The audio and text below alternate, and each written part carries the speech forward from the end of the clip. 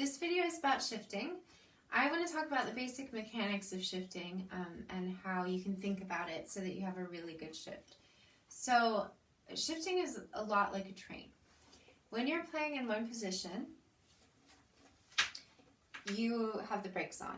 So the passengers may get on and get off the train, their fingers may move, but you're staying in one spot. You're not reaching around looking for notes. You're just anchored in one position. So your brakes are on. Then, when it comes time to go to another position, you have to release the brakes. So you release your finger pressure, and then you keep connected to the string. So you're staying on the track. You're not flying off of it. You have something connected to the string, often finger 1, which I'm doing now. And then with very light finger pressure, you travel to the new station. So you leave the station gently. You don't jump, of course. You leave with a gentle motion. You speed up, and then as you approach the new spot, the new station, you slow down. We all know that if you're on a train and it misses the station, the train's not allowed to go back. It has to keep going forward. So just like it would be kind of annoying to have your train do that in real life, it's not great for shifting because it means that you go past the note. And if you pass the note, then you'd have to go back in the other direction and we would really hear that. So it's really important to be listening when you're doing your shifting, listening for the next note. So I'm going to give you an example of a shift now and how we would listen.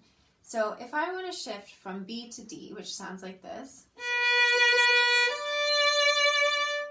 I'm going to play my B, release the pressure, and listen for the D. And when I hear that new note, I'm putting the pressure back on. We talk about different finger pressures in vibrato and in shifting. And so if you're really holding the string all the way down to the fingerboard, let's call that a level 5. We never ever need to use level 5, no matter what we're doing. We never actually have to hold the string down to touch the fingerboard, in fact. We want to use the lightest finger pressure that we can that makes a good sound. So I like to call that level 3. And level 1 would actually be a finger pressure we use on purpose to make the harmonic sound. This is level 1. Okay, which makes that beautiful kind of airy harmonic sound, and that's where your finger is feather light. If I put my finger on the same spot as a finger pressure 3, I get the full tone. Okay? And if it's 5, it'll sound maybe a little bit less ringing.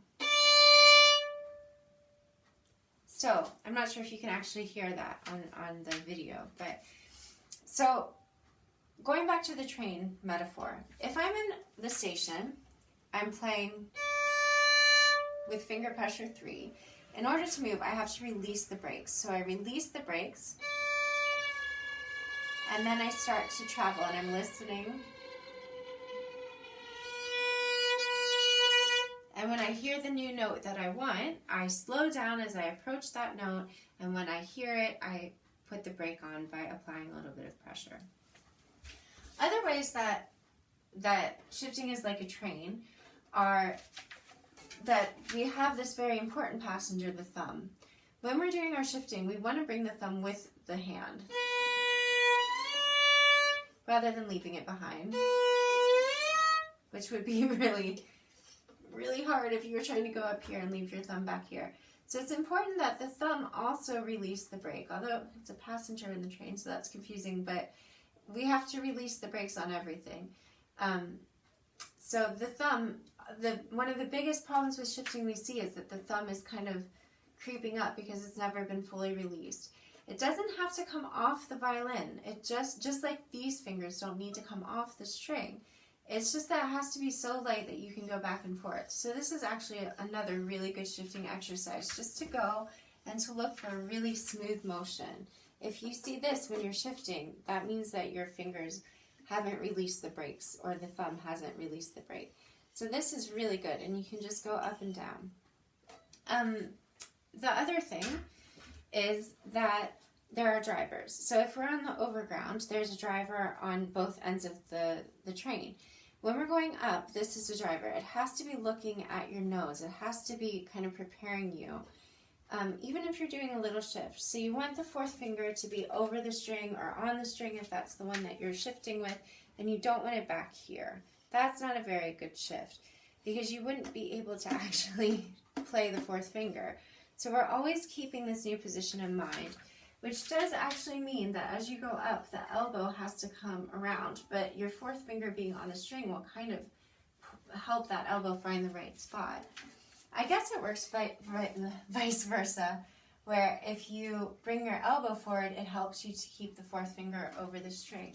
And we've seen that that's the case. Sometimes you can think about one thing and it helps another thing, or you can reverse it, and that's pretty normal. So the other driver is here. So again, we don't want to be turned this way when we're shifting. We want to have that finger over the string, the fourth finger over the string, and then this can shift back. So we're just looking at this kind of motion. Okay, so in summary, shifting is very much like a train. You have, when you're in one position, the brakes are on. You have to release the brakes to go to the next position. When you leave the station, you leave gently. You don't want to jolt all the passengers. You leave gently and smoothly, and the train will speed up, and then as you approach the note, it slows down. We're listening, we're looking, and we're feeling for the next note. The ears are actually the most important thing in learning how big a shift is, not the body, and not the eyes. Although those two senses are really valuable, we want to know the sound of the shift, know what it sounds like. So you could play in first position or on the keyboard to hear the notes, or sing them if you can do that. But you have to listen for the new note. And as you get close to the note, you slow down your arm so that you never pass the note, because we don't want the train to go through the station. Finally, I didn't say earlier that the engine of all this is the elbow. So we're not shifting by moving from the wrist. We're not doing this, are we? And we're not going or like this. We're letting the elbow open and close. And as long as your finger pressure is light enough, if you're really using that harmonic light finger pressure number 1, then your elbow can move your arm, and you're going to maintain what your wrist looks like, and you're going to be ready to play beautifully in the new position. But if you start to shift with your fingers, or by scrunching them up, or expanding them back, or doing all kinds of contortionist sort of things, your shift isn't going to be nice, because in the end, no matter what position we're playing in, we have to have balance on every finger. We have to be able to make a table on every finger. It's important for the sound, and it's important for being able to do vibrato and being able to do double stops and all of these advanced techniques that we're so interested in doing.